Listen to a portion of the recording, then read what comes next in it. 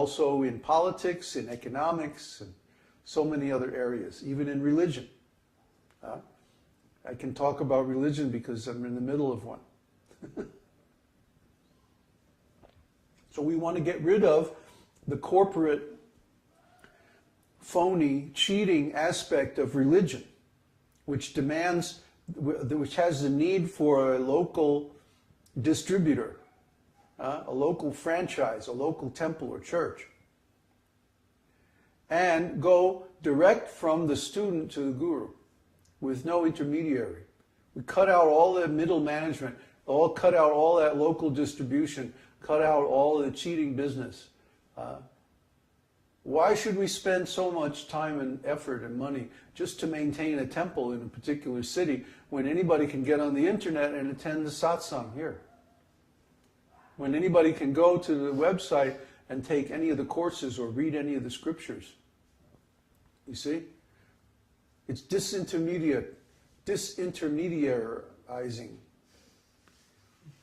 Anti-disestablishmentarianism, mysticalistic. You get what I mean? We're cutting out the middleman. And this is a revolution because in the past, the main profit was made by the middlemen. And that's why the system is crashing. It's not fair. It's not good. There's too much exploitation. And so the people who actually create the value were being cut out of the profit of their work. You see, and that's not right. It's not fair. So the karma, the bad karma of the old system has finally caught up with it. And now the whole thing is crashing. So we are in the forefront of creating the new system that was going to replace it. But first, the old system has to completely crash. You see? We're not going to come out and say, you know, like the Bolsheviks, oh, we have this new way of government that's really much better than the old Tsar. You know, now you join our party and then we'll take over. It'll be wonderful.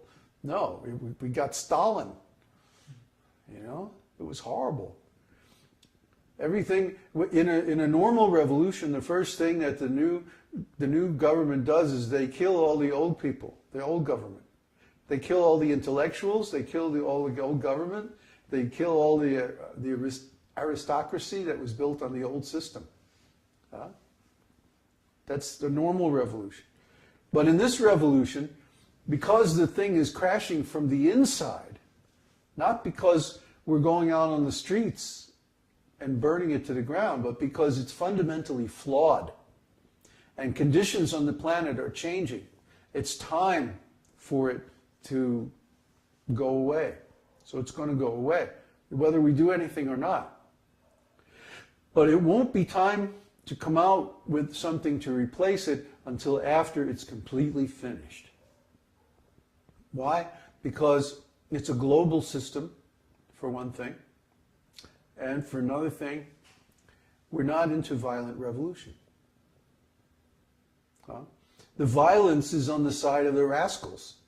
The violence is on the side of the old way of doing things, exploiting people and taking the value of their labor away from them. That's violent. That's exploitive. It hurts people. And now we're reaching the end of that because people are out of resources. How many people own their own land? How many people own their own house? How many people fully even own their own car? Most of them are stuck with payments. You go to college and then you have to pay for the next 20 years. So many loans. You know, so how can a person, nobody is free. Nobody even owns the ground that they live on. And if they don't pay, even if they do, if they don't pay their taxes, that can be taken away from them. So just see, do we have any freedom in this corporate world? No, not really. We're slaves to all these corporate, these fictitious entities. You know, this is not the Vedic system. The Vedic system means everyone owns their own land, their own home, or at least the family as a group owns it, or if they have a spiritual community like we do, the community owns it. So that resources are shared, first of all, among groups of people. Not that everybody has to have their own refrigerator, their own kitchen, their own TV, their own car, their own everything. That's just an excuse to produce and sell more stuff that people don't need. Instead, there'll be like one community kitchen shared by everybody. And that way you get the result or the benefit of the economies of scale. You only need one refrigerator. You only need one stove, one mixer or whatever. And many, many people can share that. There's no need for everybody to have their own thing. Another thing is that the community owns the property. You see? So we can manage our property, we can manage our community according to our philosophy, and others can manage their community according to their philosophy. You know, and may the best community thrive and prosper. Right? And if any of them are doing things the wrong way, then they won't make it. Sorry, too bad. You see? But what we have now is wrong because it takes one way of doing things and imposes it on everybody. And that means there's no fair trial to see whose way is actually best. See? As long as you conform to the way the system is run, even if you're complete rascals, you can get along. And this is what's going on. So the difference between the rascals and the people who have the truth is not very clear, because even the rascals, they have food and a place to stay and money. In fact, they usually do better than good people, than honest people, because they also believe in the big lie. That's another topic. What I'm trying to get at here is that we welcome the opportunity to actually be independent and self-reliant. We welcome the fact that the system is crashing, because it's going to give us an opportunity to show what we can do.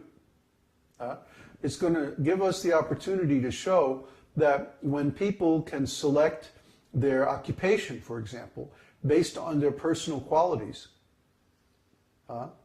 that they do better, they produce better quality work, and they're happier than if they're forced into a particular occupation by social, economic, or educational needs. And another thing, that when people have spiritual culture and authentic spiritual training and life, that they're happier and they work harder and they do better. They actually take care of the people around them in a much better way than if they're just after some materialistic gain. See, we're going to see this whole materialistic system is going to crash.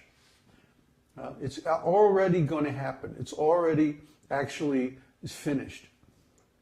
It's just coasting on its momentum now. But it's actually dead. It's dead. It's been dead for some time, for some years. When the rascals in ISKCON offended Srila Prabhupada, that was actually the end of the Western civilization. And now what we're seeing is just the consequences. This is the power of a pure devotee. And sometimes we see that Krishna allows his pure devotee to suffer or be inconvenienced as a pretext for destroying a culture or some people who are not in line with his purposes.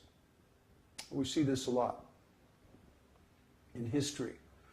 For example, when Jesus Christ was here, he was inconvenienced by his relatives, actually, the Jews, the rabbis. So what happened? Soon after that, the Romans destroyed Jerusalem. They made all of the Jews the slaves, and they scattered them all over the Roman Empire to keep them from getting together and making any more trouble. See? This is the way it works. If you offend a great personality, the next thing that happens is your civilization crashes. Funny thing about that. So that's what we're going through right now. And it also happens to be the Sandhya, or the change between the Kali chakra of Kali Yuga and the Satya chakra of Kali Yuga. So all these things are coming together at the same time. There's a powerful wave of change sweeping over the whole world. So we can either be destroyed by that wave of change, or we can surf it. See, so we're saying we want to create a community, we want to create a group that can surf this wave, because we know where it's going. We understand it. We understand the structure, you know? Just like if you talk to an experienced surfer, they can tell you, oh yeah, the